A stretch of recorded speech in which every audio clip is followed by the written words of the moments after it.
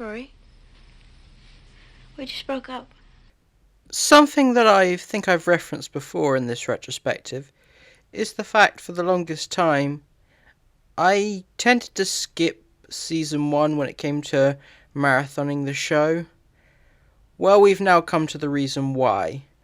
I'm really not a fan of main character breakups, especially in shows like this, which is why I tend to avoid a lot of the similar melodrama, teen drama type shows like One Tree Hill and The OC, because they take it a bit more seriously than Gilmore Girls does, since this show's a bit more lighthearted. However, that doesn't stop some of these situations from being really hard to sit through because they're not really funny. It just feels really uncomfortable. However, when I finally plucked up the courage to rewatch season 1, I found that the breakup between Rory and Dean honestly isn't as bad as I remember it being. For one, the season's almost over. I, for some reason, thought it went on much longer throughout the season. And two, my memory of future breakups the show will do was in the front of my mind when I was considering rewatching the show from the beginning. So it very much exaggerated my memory of how season 1 handled it. Initially, the way Rory behaves when it comes to the breakup, when I first saw it, I thought she might have been lying about Dean being the one who initiated the breakup. However, in hindsight, seeing how Dean sometimes behaves, yeah, it does make sense. And now I realise that Rory's behaviour is very much her trying to be logical and just straight up move on from the situation and try and ignore it. Rory, I'm concerned about you. I wish you would talk to me. I don't want to deal with it right now. I can't deal with it right now. And as such, the episode is mostly dedicated to seeing her means to just pretend like nothing's happened and ignore her emotions, while Lorelai encourages her to be much more open and therefore allow herself the opportunity to be sad. One means of doing this, following up on something that I didn't really mention in the previous episode. A mostly inconsequential scene at Chilton occurred in the previous episode, where not only are we reminded of Tristan's douchey behaviour, but Rory and Paris are both invited to a party which initially they weren't all that interested in attending. However, due to this unforeseen circumstance, Lorelai feels it might be good for her and Lane to visit that party as a means to taking her mind off Dean, as well as trying to avoid him, as they end up encountering him at Luke's, and we get to see Luke's more parental protective side here as he scolds Dean for his behaviour. Dean broke up with Rory. What? He's got a nerve. I mean, what does he think? He's gonna do better than Rory? Is he crazy? What the hell are you doing? Just exercising my right not to serve you. What are you talking about? I'm not even inside yet. Again, this is why I like Gilmore Girls so much, because it adds a comedic take to this otherwise melodramatic situation. What do you think you're doing? He started it. At the party, Lane seems to have a pretty good time, All this soda is French. Madeline's mother has a French fetish. as she ends up connecting with a boy from Chilton called Henry, who's going to become a minor recurring character over this and the next season. Unbelievable. She's here 5 minutes. She has a date. I've been going to this school 9 years, and I'm the French soda monitor. The most significant aspect of this party is the very public fight between Tristan and his partner. But just tell me what you're doing locked in the bathroom with Austin. Nothing. You are my girlfriend. Ooh, now he's a caveman.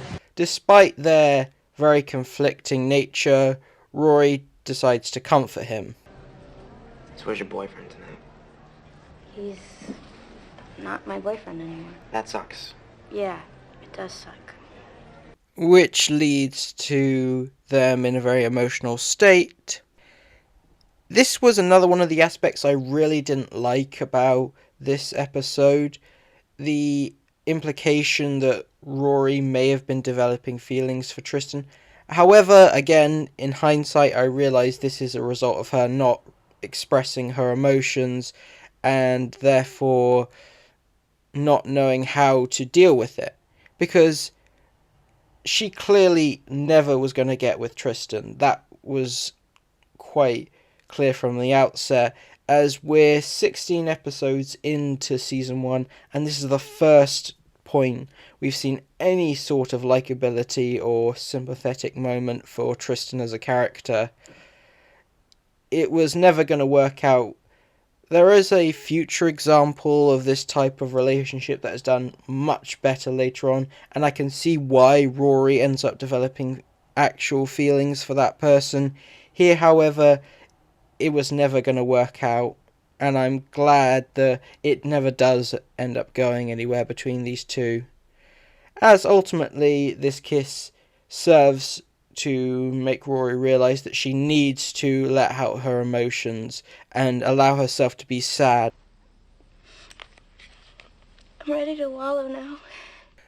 With the main focus of the episode out of the way, let's discuss some of the few additional elements which I think might be worth talking about.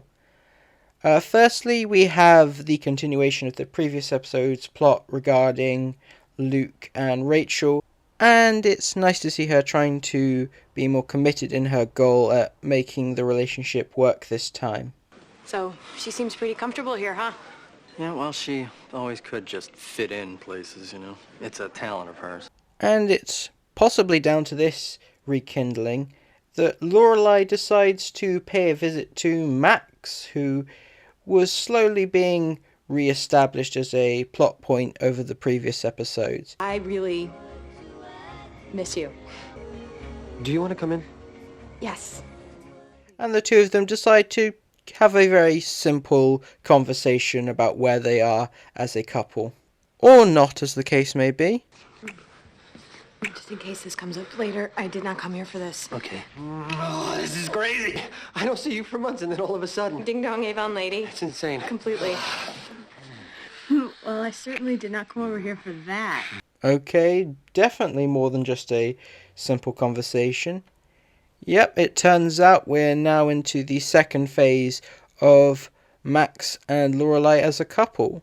One last detail, circling back to Rory's subplot and how Lorelai ties into it. A nice little detail I like is Lorelai deciding, instead of throwing out all the possessions that Rory wanted to lose that reminded her of Dean, she decides to hide it in case Rory would end up regretting throwing it out. And so ends the Breakup Part 2. I was really expecting going into this to still not like it despite my reappraisal of Series 1 as a whole, but to my surprise, no, this episode is still really good, and I let my judgment get the better of me. I really enjoyed it this time around, and I'm glad to see it change for the better. That's all for now. Thank you for watching. If you haven't already, please support the channel by hitting subscribe, turning on notifications, liking, commenting. You can find and follow me on Twitter here. And I'll see you next time for the third Lorelai. All right, well, forget it, okay? Good riddance, adios, bienvenidos, hasta la vista.